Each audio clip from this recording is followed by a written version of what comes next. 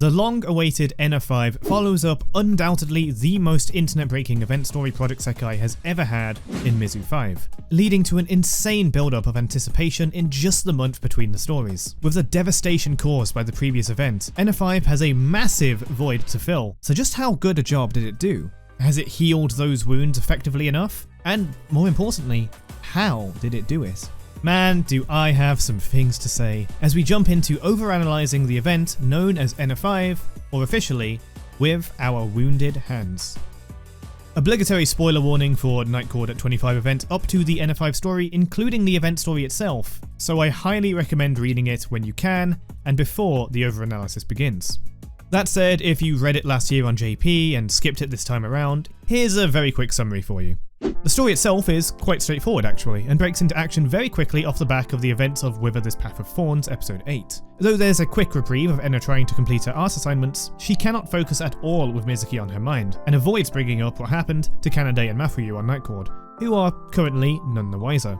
Troubled, Ena goes to the empty Sekai hoping to randomly find Mizuki there, but instead meets MEIKO, and so Ena opens her heart up to talk about Mizuki and what she should have done. Akito tells Ena to get out of the way instead of just standing in front of the fridge, and when she simply does so, he realizes something's off, and asks about Mizuki. He offers to get Ena into contact with his friend who knows Mizuki well, and she accepts. At school, thanks to Akito, Ena talks with Anne, and learns that Mizuki has still kept basic contact with Anne, even though she did not with Ena. Though Anne offers to arrange them to talk, Ena declines this in case Mizuki would stop talking to Anne as well. Afterwards, Rui notices Ena and offers to talk on the rooftop. He talks about how Mizuki used to be a loner like him, but more recently she had found a place where she belongs. In the empty Sekai, Night Court hopes that the virtual singers will listen to their song demo, but I can't help but notice Ena. Mafuyu guesses that she's down because something happened with Mizuki. Despite Ena not telling the whole truth of the situation, Kanade and Mafuyu immediately offer up assistance. They search for places that Mizuki might be, but meanwhile, Mizuki is having the worst time of her life. She gets a text from Anne, likely asking to meet up.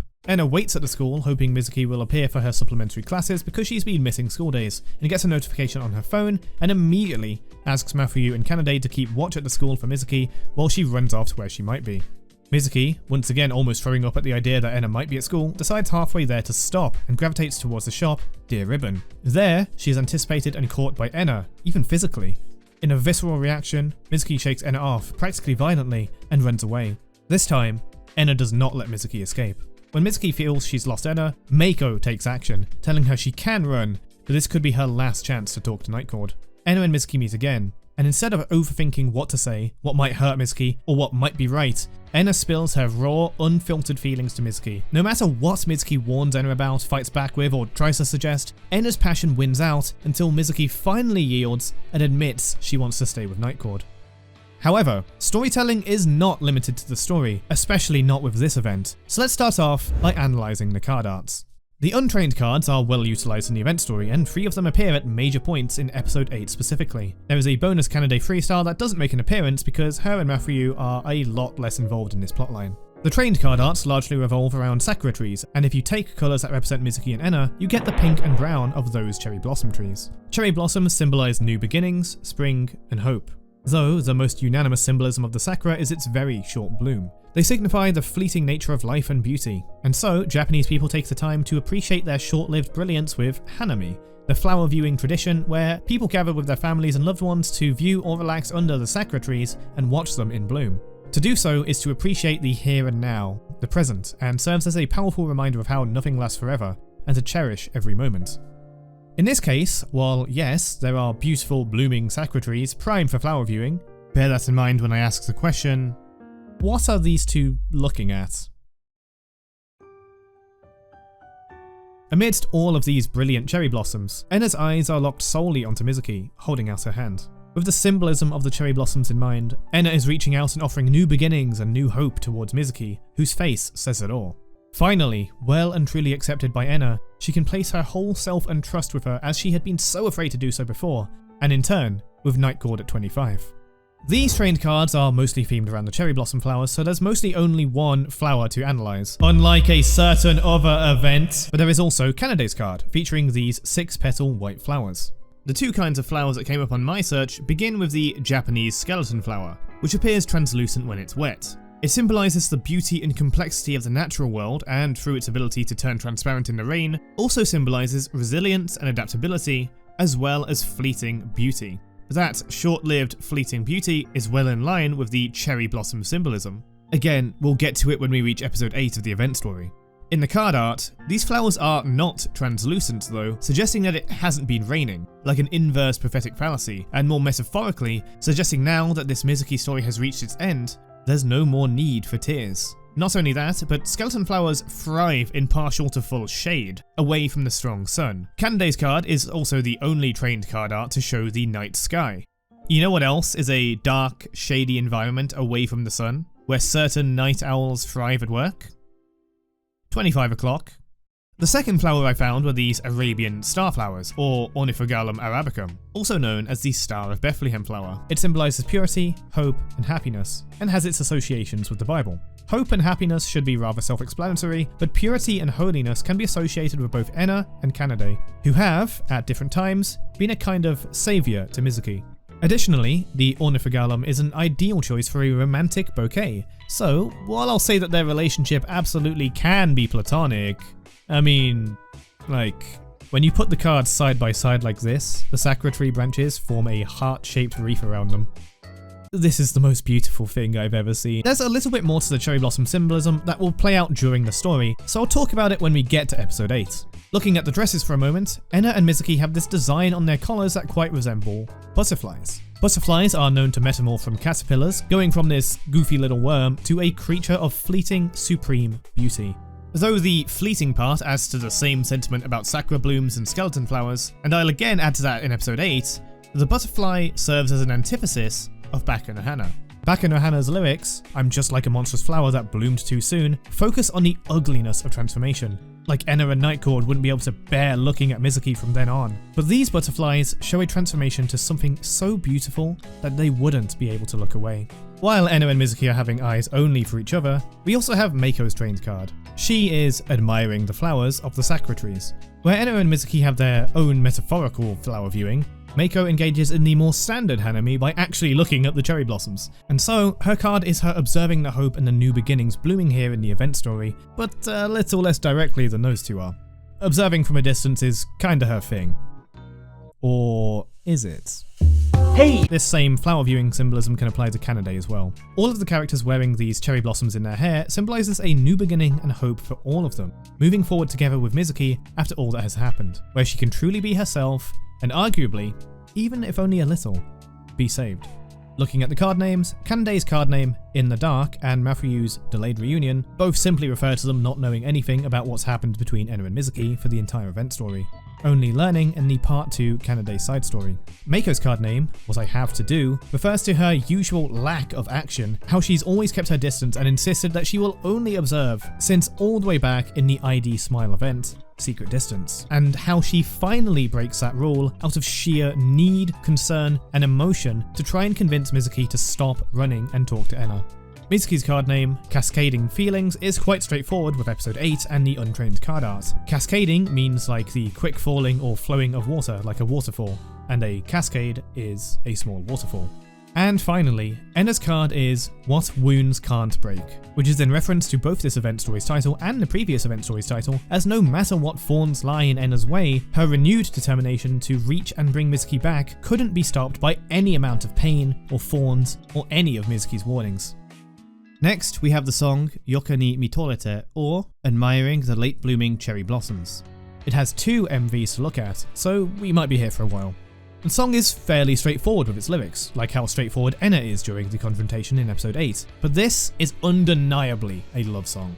Of course, that doesn't mean it has to be strictly romantic and can be platonic, but like, come on man. Also, if you didn't know, the JP comments under any music video are always cooking. The video starts with a sakura tree painting on Ena's side, and blossoms emerge from it. At the end of the 3D MV, the petals arrive at the painting opposite her on Mizuki's side, a barren tree with no leaves. With the symbolisms of the cherry blossoms, this is Ena giving Mizuki hope for a new beginning, something that we'll expand on when we talk about the 2D MV.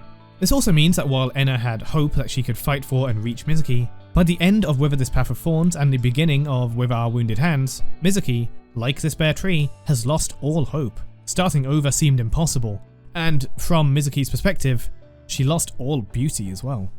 The two characters begin walking backwards towards each other once Ena sings, "I hugged you tight as you were crumpling down," and right after Mizuki sings, "I remained unable to move." This shows that, of course, Ena wanted to move towards Mizuki, but Mizuki really was suppressing her desire to be with Nightcord despite everything, as said in episode 8. The two of them walking backwards means quite a few things as well. One of Ena's main concerns during episode 2 talking with MEIKO is that she's worried she would say the wrong thing or wouldn't know what to say, and what she should say. She was shocked at Mizuki's reveal, especially since it didn't even come from Mizuki herself, and in chapter 1, she believes that if Mizuki had spoken to Mafuyu or Kanade, they wouldn't even bat an eye and this whole thing would have gone way better. As Ena considers what she would want to say to or would ask Mizuki, though still worried that these things might hurt her, when she boils it down to her raw emotions and stream of consciousness words in episode 8, it's clear that the only thing that matters to her is that she wants to stay friends with Mizuki, and she knows Mizuki wants the same. Nothing else really matters. This walking backwards, never seeing eye to eye, may represent exactly that. Even if they're not seeing eye to eye exactly, even just for now, they'll still move towards each other because of the strength of and desire for that bond between them. They actually don't look at each other for the entire 3DMV, but the final lines in the game version of the song are, "I hate that. Even if it can't be helped, I wanted you to at least cry in front of me." This can mean that Ena's not necessarily getting what she wants in this, perhaps implying that with all of these words and this warm kindness from Ena, Mizuki no longer needs to cry. Additionally, we have these two lines. "Even while pressing down on that badly festering wound, nevertheless, you were still smiling, weren't you?" The first is sung by Mizuki, but there's a fade to black, then MEIKO's line. Notice this little bounce from Mizuki with her hands behind her back, as if she's restlessly excited, like she actually can't wait to be found and reunited with Ena and the rest of Nightcord. In the final shots, Kanade, Mafuyu and Ena are all looking to the left, with Mizuki and MEIKO looking to the right. This might seem very distant, like they've made no progress and they're still not friends, but that doesn't really make much sense given the story. However, this has another interpretation that does. The song lyrics point towards the speaker telling the listener, no matter how bleak and horrible the world around them is, they'll still support them and stand with them against it. No matter what counterpoints Mizuki had during the confrontation about the outside world, the looks of judgment and whatever, Ena didn't care and would fight all of it just to be at Mizuki's side. Nightcord facing away from Mizuki doesn't mean they don't care for her, it's much the opposite. They're all watching Mizuki's back, protecting her from this horrid world that she's been afraid of, rather than shooting suffocating looks at her alongside the rest of the cruel world. So no, they're not looking with those eyes, again, those eyes. This is the game size 3DMV, but there is also a full version and 2DMV with more lyrics to analyze. While the lyrics, like the event, are actually quite straightforward, which is very Ena-like, that doesn't detract from how absolutely beautiful these lyrics are. It becomes like the confrontation scene between Ena and Mizuki in the form of poetry, and written from Ena's perspective. Nothing could be more soothing. Going back a bit to the start of this 2DMV, we see a ton of paintings decorating the walls like a museum, though with this blank, white look to the world, it's like a museum of Nightcord's very thoughts. But unlike the 3DMV, it isn't the empty Sekai. I can't identify every painting, and the angles and blur don't help me, but we can see many of Nightcord's memories together on the paintings. We see inside of a train, classrooms, sakura blossoms, carnations, a photo of a school. I have no idea about the rest really. If you know, help me out. Other than these, we have two blank canvases on easels just standing around, facing away from one another. Importantly, we have a blank picture in an ornate frame with the same decorative patterns as the character's dresses, and an out-of-place red painting with a blurry smudge of black. As Ena reaches for this painting, it cracks along the line, "I hugged you tight as you were crumpling down, as I have found your loneliness." This can appear like Ena reaching out for the vulnerable Mizuki ended up hurting her, like how she couldn't hide her expression at the end of Whither This Path of Thorns, and couldn't find the right words in the moment. But another interpretation is that when she was getting so close to connecting with Mizuki, it was interrupted, namely by Student A. This is followed by deep sadness, expressed not only by the characters' faces, but the blue that casts over the whole scene. The cracked painting, obviously, represents Mizuki, but it also falls over them during the chorus. Looking through it, you can see a warmer, happier side to the Nightcord members, illustrating just how much Mizuki brought joy to Nightcord, and contrasting just how empty it is without her. The paintings also begin to fall from above, like Nightcord itself is collapsing. When there are no characters in the shot, we can see Mizuki through it, again having many interpretations. I think the main one would be that if we were seeing happy Nightcord members earlier through the cracked painting, then this is the perspective flipped, and now we can see the Mizuki on the other side, giving this all a much more sorrowful feel. While the Night Court members are extremely saddened without Mizuki, what she sees through this fragmented painting is how happy they would be without her. And what we see of her expression is her thinking that things are better off this way. We then see Mizuki on one of the canvases. It could be that Ena, unable to focus on her art as seen in episode 1 of the story, ends up producing this as the only thing she could think about is Mizuki, but she isn't here. We do see that she's again through the correct painting, but very much alone at a distance. She's getting further and further away. To return to the lyrics for a moment, while everything can be interpreted from the perspective of Ena saying it, it's also loaded with double meanings depending on which character sings a line. For example, the second line in "Your heart, without any more room to be hurt again, made a sound so tender that it was painful," is sung by Mafuyu. The straightforward interpretation is with regards to Mizuki in both this event story and Whither this Path of Thorns, but it also deeply resonates with Mafuyu's overarching story, literally all the way from the main story or Imprisoned Marionette. Speaking of Mafuyu lines, we also have, "Even so, that colour I saw with you was just simply too beautiful."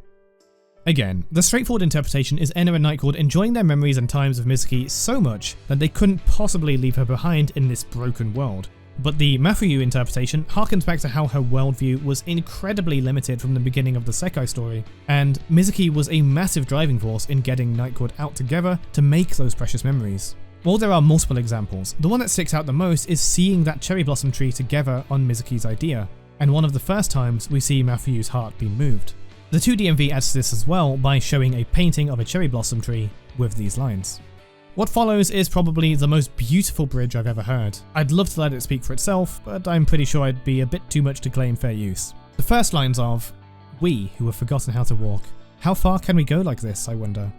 carry the meaning of them having stood together for just that long. In a way, this can represent the confrontation in episode 8. And it even calls out that Mizuki could run again if she wanted to, but she doesn't, because she wants to hold on to this hope that she can still be with Night Court, like she's forgotten how to walk. The following lines are just the most comforting things ever. "If you don't want to go anywhere, that's okay as well. How about we stand here and talk? If you don't want to talk about anything, then let's just enjoy the viewable scenery from here."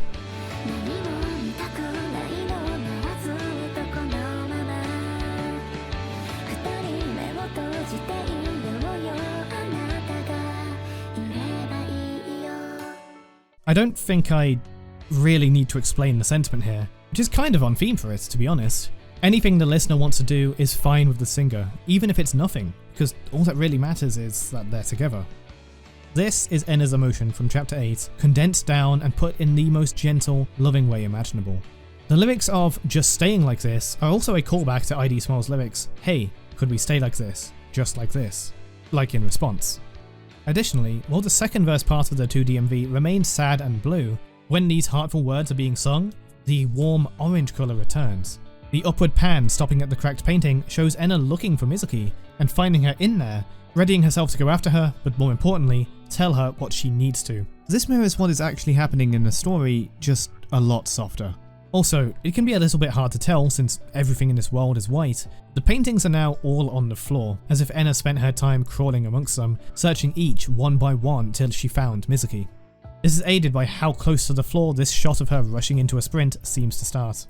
You know how they don't face each other in the 3DMV and end up back to back? The same occurs in the 2DMV for the latter part of these lines, and these lines give it greater meaning. They don't have to move, speak, or even look at each other. Just being together is more than enough. Additionally, closing their eyes is like the ultimate sign of trust in one another, with no worry or suspicion of betrayal. Following this, there's a kind of first-person rush through this world of paintings, along with a close-up of Ena's shoes. And remember that one Japanese YouTube comment that was kinda cooking? The canvases show Ena and Mizuki once again back-to-back, crossing paths as they reach their hands out to one another, and they finally stand side by side. The expressions really say it all, and even Mafuyu is smiling.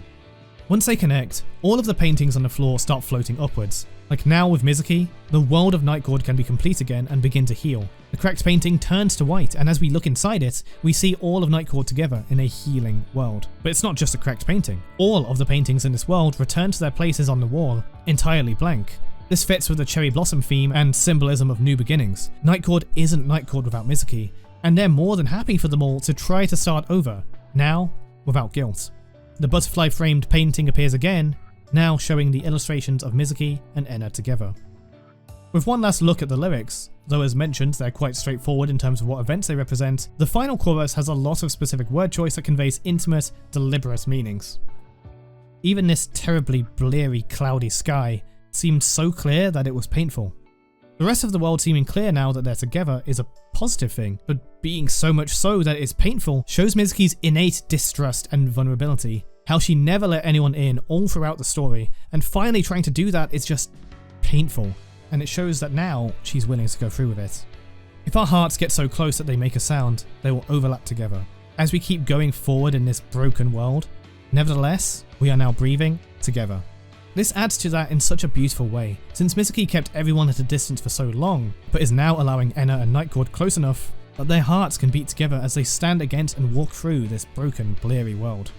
No matter what meaning you derive from Ena and Mizuki's relationship, this is a beautiful love song with enough warmth and unconditional love to battle against the harsh misery of back in Ohana. Moving on, we finally arrive at the event story itself. While the summary earlier mentioned all the major plot points, there are some parts I think might be worth taking a bit of a closer look at. In episode 2, MEIKO finds Ena once again looking for Mizuki in the empty Sekai. However, Ena's not the only one hoping to randomly find Mizuki through sheer persistence, as MEIKO says she's been trying to reach Mizuki through her phone, but only sees darkness, like the phone's been left in a drawer or something. How MEIKO claims no one could have seen this coming really highlights just how tragic this turnout is. This is followed up with a dejected monologue from Ena to MEIKO after they discuss what it is that Mizuki must have wanted from all of this before things turned out the way they did. Given that MEIKO is one of the only people aware of what's happened with Mizuki, along with Ena and Kaito, she's the only one that Ena can talk to about all of this. I mean, she could talk to Kaito, but seriously? Would you? All of her unorganized regrets and worries flood to MEIKO, thinking out loud and wondering what she could have done and what she should do now. She questions what would have happened if she was more ready. What if Mizuki had been the one to tell her? What if she said this or that? But importantly, she expresses something else about the whole situation. But just before that, in episode 1, when she can't focus on her art project, she still wonders what she could have or should have said, and says that if they were told instead, Kanade and Mafuyu wouldn't have batted an eye and things really would just continue as normal, just like Mizuki would have wanted. And so, the guilt she expresses both there and here in episode 2 are magnified. She questions all of the things out of her control, but then claims that they wouldn't have made any difference. This means essentially, Ena isn't blaming student A, she's blaming herself and her lack of action or her incorrect frame of mind compared to what Kanade or Mafuyu would have had. If she could have just seen things more like they would have done, and internalized the right thing to say, they wouldn't be here right now. Then, Ena questions the things in her control, what she could have said. But she's unsatisfied. She expresses that part of her would always be wondering, can I ask? Should I ask? Would bringing it up hurt Mizuki in any way? I wouldn't be able to get it out of my mind, which would be the worst thing for Mizuki. Unlike her faith in Kanade and Mafuyu to really just not mind at all, pretty much literally, she can't help but think about it, which exemplifies her guilt and regret at not being able to say anything, or the right thing. All of these feelings we'll definitely come back to later. I remember theories back from when Mizu 5 was first revealed where people wondered if this Mizuki and Ena exchange was down to Ena being disgusted. And while obviously that's not true, it's clear that she's not entirely unaffected. You know, if that wasn't obvious from the sound effects and storytelling of Mizu 5. Though Kanade and Mafuyu would be unfazed, Ena is a strong-willed person driven by passion and emotions. In the climax of Whither, This Path of Thorns, she doesn't like how the 3 unnamed students talk about Mizuki and passionately wants to defend her and fight these rumours, this unfunny joke. But even then, part of her was curious and nervous, which is why she spoke as she did. Just then, to figure out what they were saying and what she was about to reject as just a horrible rumour, turned out to be the truth that Mizuki wanted to tell her? No matter what she thought about it, that's a torrential whirlwind of emotions that would mess most people up, especially someone as passionate as Ena. This is a lot of yapping for about 15 seconds of conversation in one story episode, so let's summarize that Ena blames herself for having thoughts, reservations, and curiosities about Mizuki's identity, where she imagines Kanade and Mafuyu wouldn't be phased at all, something that would be proven later. But moving on, one thing that is clear to Ena and hasn't changed in the slightest is that she still wants to be friends with Mizuki. She asks MEIKO if she should try and talk with Mizuki to settle things, or would that just hurt her even more? MEIKO has a simple but great response. She says that she should talk with Mizuki, and more specifically, she needs to say what's on her mind, even if Mizuki may be in a fragile state. She doesn't want anyone to take this kind of risk, but things would only get worse if they leave things as they are. Before resolving to meet, Ena asks if it's really okay for her to speak her mind. More on that when she actually does just that later. A few episodes later, Rui stumbles upon a troubled Ena. Rui, who had spoken to Mizuki moments before the travesty of Whither this Path of Thorns, works out that things must have gone badly if Ena's seeming this way. It's actually Rui asking the questions here, wanting to get a clearer picture of what might have happened and hearing Ena out. It's like Rui working out if Ena is someone that he can trust, not just himself, but in Mizuki's place as well, and if him helping Ena would be truly to Mizuki's benefit. Then Ena confirms that what she's worried about is that if nothing continues, Mizuki could commit suicide. Ena suspecting that Mizuki would commit suicide is just a feeling, but all members of Night Court have had a bit of a feeling for that. All Rui feels he can offer is to talk about himself like a kind of proxy for talking about Mizuki. Of course, if you know anything about Sekai, you can work out that he's on about Tsukasa in the Wonderland Showtime story. You might think that Ena approaching Mizuki like Tsukasa Tenma is just a meme, but it's kinda what she ends up doing. Tsukasa's pursuit of Rui in the main story is done his way once he remembers that the reason he pursued acting was for Saki and to make others smile, not for his own selfish stardom. So he does what he did for Saki for all those years by bringing Rui into the Wonderland Sekai to watch her play.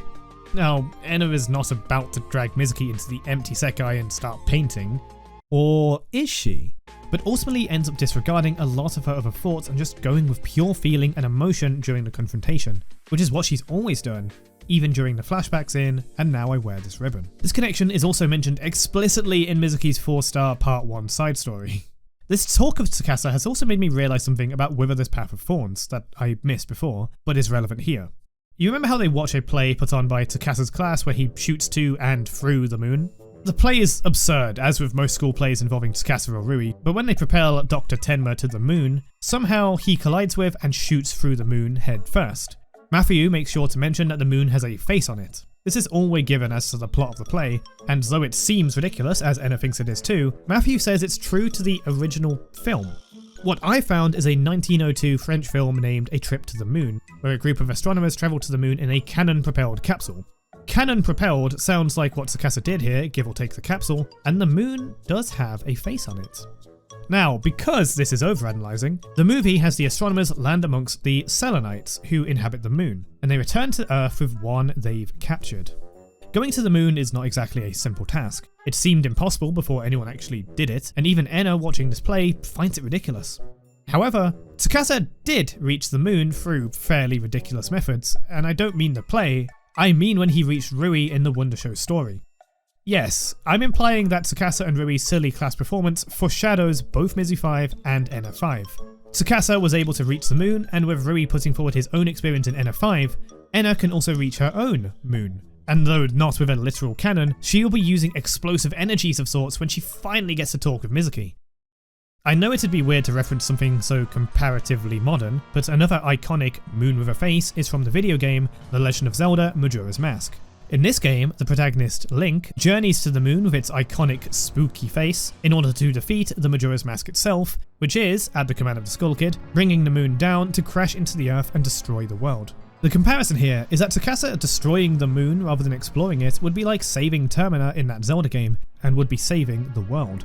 Not only does this relate to saving Mizuki by chasing her down for Ena to speak her feelings, but to reach the moon and save Termina, Link had to gather 4 masks and save the 4 giants who held up the moon while he fought Majora. 4 giants, standing up against the broken, bleary outside world, like in the event song lyrics.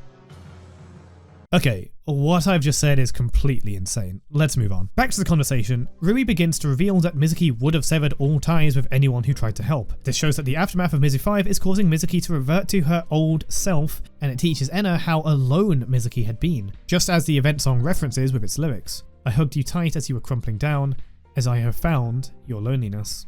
Ena realised just how long Mizuki's had to put up with insensitive remarks and horrid things, but is given hope by Rui, telling her that she said that she's found real friends and a place where she belongs. Rui's words, Ena's realisation, and MEIKO's gambit all set up Ena's resolve and sharpen her mind for the coming confrontation, allowing her to just speak her mind with no other distractions when the time comes. In the next episode, Matthew works out from Ena's barely veiled emotions that something happened between her and Mizuki. But a cool thing to note is that Rin is the one to notice something being off with Ena, since she's kinda like Ena's virtual singer, a representation of Ena's feelings. Without asking for details, Kanade and Matthew, as well as all of the virtual singers, offer up their assistance in any way they can. The gang decide to split up and search for clues, going to any place they think Mizuki would frequent, and the places they go say something about their relationship to Mizuki.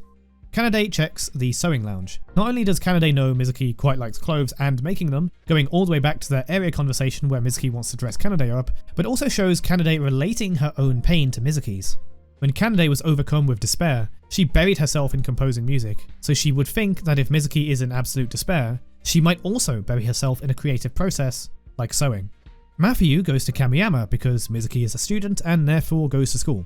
Taking that for granted is incredibly in character for honor student Mafuyu, but she immediately realizes that it's a flawed assumption. In real time, while talking to Toya, she deducts that if Mizuki is skipping school, she'd likely have to do something to make up for it, which should be coming up any time now, and so before leaving Toya, she asks him about supplementary classes.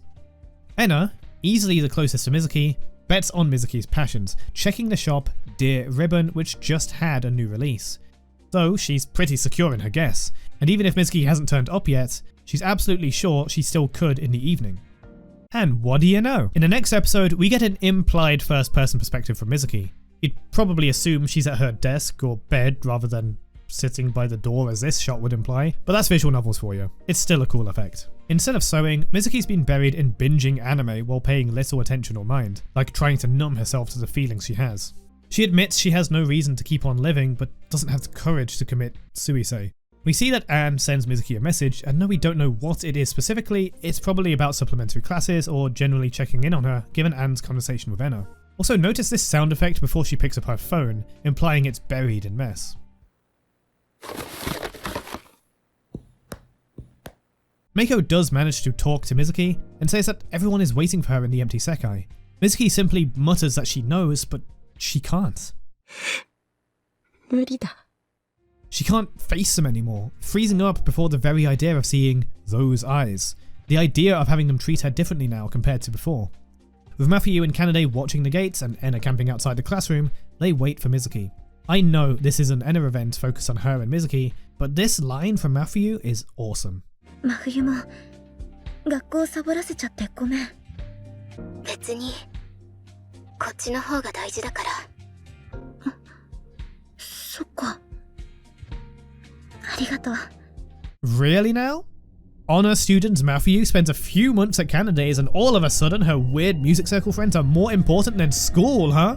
Mafu mom would be so sad. She says it so matter-of-factly and simply that it shows just how important Mizuki and all she's brought to Mafuyu and Nightcord are to her. More on that later. Ena has some time to reflect, wondering if this is the right thing to do. She wants to talk, but starts wondering where the most optimal spot to wait would be, but even moving now could make her miss her chance. This nervous wandering about conveys the anxiety of the situation, this overthinking that is both like and unlike Ena. She's interrupted by a notification, and though it's never revealed what it is, it's most likely Anne telling Ena that Mizuki texted her back, saying she'll go to her supplementary classes. Ena reads ahead and assumes that Mizuki might give up halfway, and makes a prediction on where she'll be. She tells Mafuyu and Kanade to remain at the school gates just in case Mizuki does turn up, and if you're wondering where this scene came from, it's from Mafuyu's part 1 side story. It's not included because it disrupts the narrative quite a bit and is also kinda too goofy for the current tone. Essentially, Mafuyu talks about how it's best if they hide in the bushes lying in wait, and she's memorized the entire layout of this part of the city. Mizuki is too fast for any of them, so her studying ahead can give a tactical advantage if she has to chase her down. While it never comes to this, and seems a bit goofy, it shows just how important Mizuki is and always has been to Mafuyu this entire time. As the story switches back to Mizuki's point of view, who froze up from the mere idea of the worried looks from Ena, Anne and Toya, she gives up on school and naturally gravitates towards Dear Ribbon, as it's a place she had frequently visited in the past, something Ena knew very well. As Ena finds Mizuki here, the perspective snaps back to third person, like Mizuki's eyes widening, her heart stopping like a rabbit in headlights. I want you to pay attention to something if you haven't already noticed it. If we go back to how Mizuki looks after the event of Whither This Path of Thorns, likely how she's looked during all of these first-person scenes in With Our Wounded Hands, her eyes were devoid of light, but as we snap back to reality in this episode, the lights are there. It's as if no matter what she says or thinks, her eyes don't lie. She wants desperately to hold on to the hope that Ena and Nightcord will take her back and things can go as normally as they always had. As Ena latches onto Mizuki, she explains how she figured out Mizuki would be here like it's an episode of JoJo, and though Ena's persistence and explanation show with almost absolute certainty the closeness she has with Mizuki, Unable to argue, Mizuki runs, pushing Ena away. Doing so, she hurts Ena, causing her to want to run away even more, and a small nod to the Path of Thorns in Mizuki's event title. Mizuki says that if she sees Ena again, something will happen. This implies that she really wants to be back with Nightcord, but she determines that this alternate path is better for everyone, and so she needs to lose Ena here and never see her again. Seeing what's happening, MEIKO feels the need to act, and as mentioned, her entire being has been to only observe and not interact. She tells Mizuki that this could be her only chance to talk to them. Faced with this decision, this anxiety, Mizuki throws up. The cognitive dissonance, the pressure of it all is just too much to bear. As this happens, Ena finds her again. I do love that both of these events have added new perspectives to view the story from, and I love the Pokemon battle thing we get going on in Ena5. After all, you can't run from a trainer battle. Actually, can we just pause the analysis for 1 second? I need to diagnose this scene with peak S-tier feels. I'm the kind of guy whose favourite genre of anime is tears, and I'm just saying, Sega, if this scene was in an anime, it'd be right up there with the best of them. I know no one else has ever suggested they turn Sekai into an anime before. Anyway, moving on. Ena just starts monologuing her thoughts, voicing aloud what she could have or should have done, and what could have gone better from her side of things. And notice, she's not talking about external factors. Student A isn't even a consideration here. It's all about Ena's feelings and how she reacted. This, likely, though differently, would have happened with or without Student A outing Mizuki. There probably wouldn't have been a massive run and a chase, but Ena would still have to figure out her own feelings about this whole situation. Though, yes, it probably would have gone a bit smoother without Student A, so we're still for comboing and hitting him with the Rage Art. The important thing here is Ena doesn't even know if what she's doing is right or wrong, and she knows Mizuki doesn't want her to think about that on her behalf. That was her whole worry since Mizu 5. Ena, instead of conforming to Mizuki's wishes, fights them. Because she wants them to stay friends, of course she'd want to make the right choice. She knows that she could hurt her, she knows that this could be the wrong thing, but the only thing that won't change is that she wants to be friends with Mizuki. Mizuki thinks this overthinking will continue if they stuck around together, so it'd be better on both of them to just be apart. However, just like back then in And Now I Wear This Ribbon, Ena drops the formalities and lets feelings do the talking in a straightforward stream of consciousness. She points out that Mizuki stopped running, so no matter what she's saying, it's clear she also wants them to remain friends. And I know I'm going to do this at least once per video, but bravo to the voice actors and directors once again. それが本心ならなんでさっきみたいに無理やり逃げようとしないの？私は水木と離れたくない。私の何かが水木を傷つけるならもうしないように努力する。それは水木にとって嫌な優しさなのかもしれないけど、でも傷つけたくないってそう思うのは絶対私は変えられない。それはこれからもずっとそう。This way, Suzuki Minori has this crying, selfish, almost childish, demanding tone in her voice, conveys a most unrestrained desire. It doesn't need or care for the logic Mizuki is putting forward, it just wants to be friends with her. Why is that so hard to understand? We could go on about the voice acting forever, so I'll just conclude in saying, absolute cinema. Honestly, the confrontation driven forward by Ena is very straightforward. There's not really much to overanalyze. Like Ena, the story moves forward and lays its heart bare, simple, straight to the point. Unlike Mizuki's event story, shrouded in mystery, metaphor, and disguises. Describing each detail would essentially be me repeating the story back to you, but you could just read it yourself. Big recommend, by the way. But what I can talk about is how a lot of the conversation and this event revolves around Mizuki freezing up and worrying about what could happen. She has a lot of preconceived notions on how Nightcord will react to her afterwards, how they'll treat her afterwards, how everything will change, how this wonderful time with Nightcord will finally reach its end, just like the short-lived bloom of the cherry blossoms. However, Ena fully focuses on the present, and the rest simply doesn't matter. Who cares what might happen in the future? Who cares what other people might say, or how I might react? We'll deal with that when we get there. For now, we have such beautiful, colourful Sakura in bloom, so why don't we just admire the flowers? Thus, the overarching theme of cherry blossoms and Hanami in the music videos and card arts. One of the most important parts of these lines is Ena exclaiming that Mizuki shouldn't just decide for her that they can't be friends. She's always going to consider Mizuki as her friend. It's repetitive, it's incessant. But hammering away at Mizuki's defenses is exactly what Ena would do. I love this part towards the end as Ena breaks down and she just repeats it a few more times through the tears, as raw as her emotions can get, letting all of it out before waiting for Mizuki's response.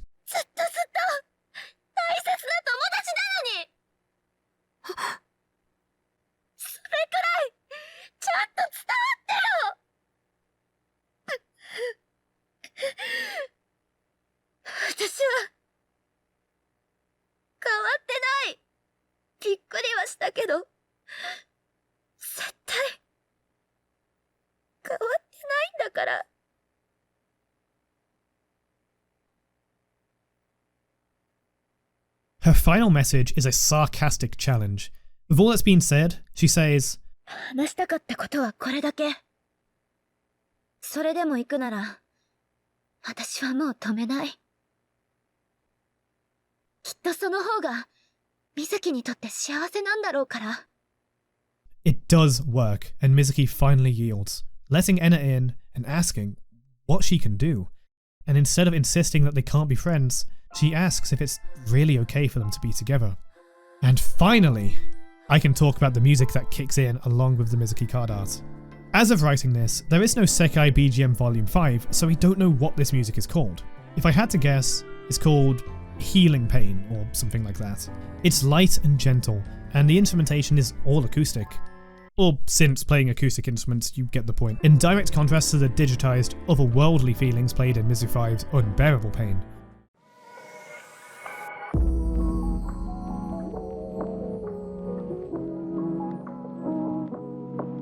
It also starts off with a familiar motif.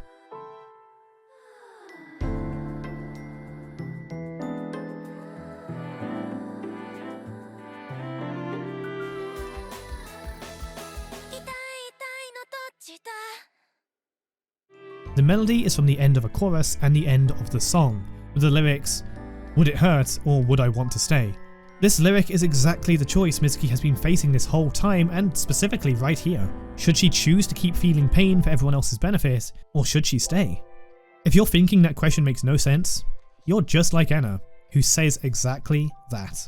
The background music gets into this gentle loop of piano and strings, alongside an ominous voice.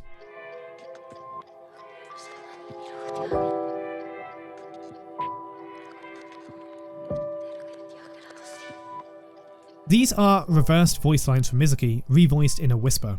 Luckily, players have already noted down what these lines are, and they're from the confrontation in Whither This Path of Thorns, and the ending lines that fade to black. These thoughts, though incomplete, were about Mizuki's worries for the future, how everyone would react and treat her just that little bit differently, like walking on eggshells. These thoughts being played in reverse symbolize all of that damage and all of these preconceptions being undone by Ena's sincerity of emotion, and these affirmations that of course they can still be friends.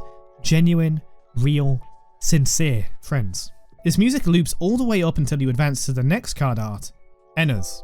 As Mizuki falls to the ground, Ena goes to join her, breaking that never-ending cycle Mizuki worried about, and the music shifts, returning to a familiar motif from Ena and Mizuki's Each Pain.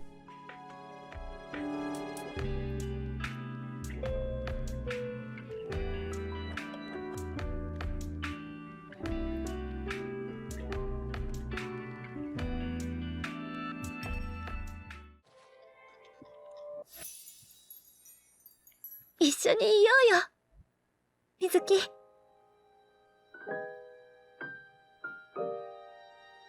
ーゴのみんなも待ってるよ。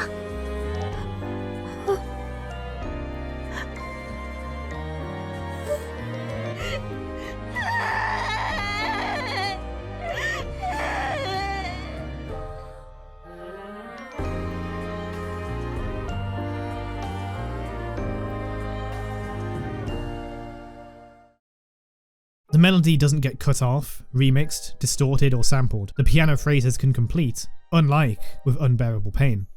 This really caps off this arc between Ena and Mizuki beautifully, with the music that started their journey all the way to this point. Though Each Pain and Unbearable Pain can be likened to music that Kei would make, this fully acoustic, overwhelmingly light rendition feels like it belongs just to Ena and Mizuki, solidifying their bonds.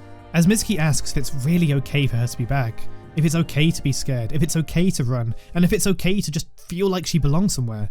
She finally gets exactly what she wanted, and like Ena, just spills out her emotions. She's able to let go of her anxiety of the future and live in the present with Night Court. She returns, and in contrast to the uninterruptible black screen that Whither This Path of Thorns ended with, we get another continuous audio with a white screen, which leads to the side story part 2 of Kanada's card. And the event ends with a cherry blossom petal and, as always, in the Night Court, which probably means things went back to everyday life in Night Court. Plenty of the aftermath of this event is seen in the side stories. Technically, I'm not allowed to show you side stories in their entirety down to Sega's guidelines, but I think you can show bits and bobs, especially since the reasoning for the concern is down to spoilers, but you knew that going into this video. In Kanada's side story part 2, it shows them finding Ena and Mizuki, and then waiting for them in Sekai before Mizuki arrives, and Mizuki tells them something. It's left vague on purpose. Some people think it's censorship, some people think Sega are cowards, and some people think it's meant to allow all readers to relate to Mizuki in multiple different ways. What remains the same is how Night Court and the virtual singers react. What Mizuki really wanted was for everything to stay the same. No walking on eggshells or special treatment, and actually, now that she's done it, she got what she wanted. Kanade and Matthew act pretty much exactly how Ena imagined they would, and how Mizuki logically thought that they would, and the final line is just the most cathartic thing in this whole storyline. Tadaima! And so, for now, ends Ena and Mizuki's arc that started so long ago. It's so full of light and hope that counteracts the despair of Whither This Path of Thorns, and fully embodies that brash, driven character of Ena. Speaking of all these flowers in the cards and video, I was working on another video that was about 90% done before Ena5 started, and then I suddenly had to get to work on this. It's gonna be like an hour long and is about one of my favourite event stories in Project SEKAI overall. So if you like what you've seen and would like to see more, please do consider hitting subscribe and ringing the notification bell. As with all of these story overanalyses, things will definitely have passed by me, and not only that, but I enjoy seeing what these stories have meant to you guys, and I really appreciate the support on the previous video about Mizu 5. If you think I've missed something or have interpretations of your own, please feel free to share them in the comments below. I'd like to thank you all very much for watching, and I have a video about Shizuku 3 that I'm really close to finishing and would like to put out for you guys. Luckily, there's no other Shizuku events anytime soon that I'd want to overanalyze. Oh wait.